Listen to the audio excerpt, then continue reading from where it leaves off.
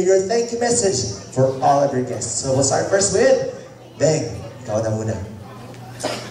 I just want to thank everybody who came out tonight. I know for most of you, we came a long way just to be here to share this day with us. Thank you for being very patient. Thank you for enjoying the night with us. And hopefully we enjoy more days together as one big happy family. Thank you.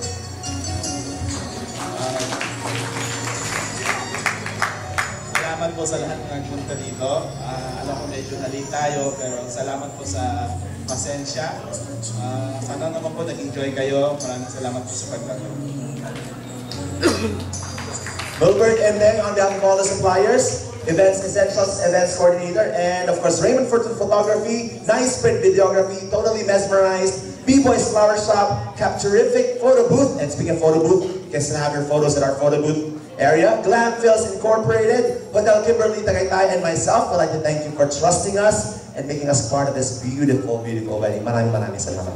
Well, friends, tonight we just fulfilled our 3 promises. We had a great time, we ate delicious food, and we'll all go home with unforgettable and happy memories. One more time, friends, a big hand for our newlywed couple.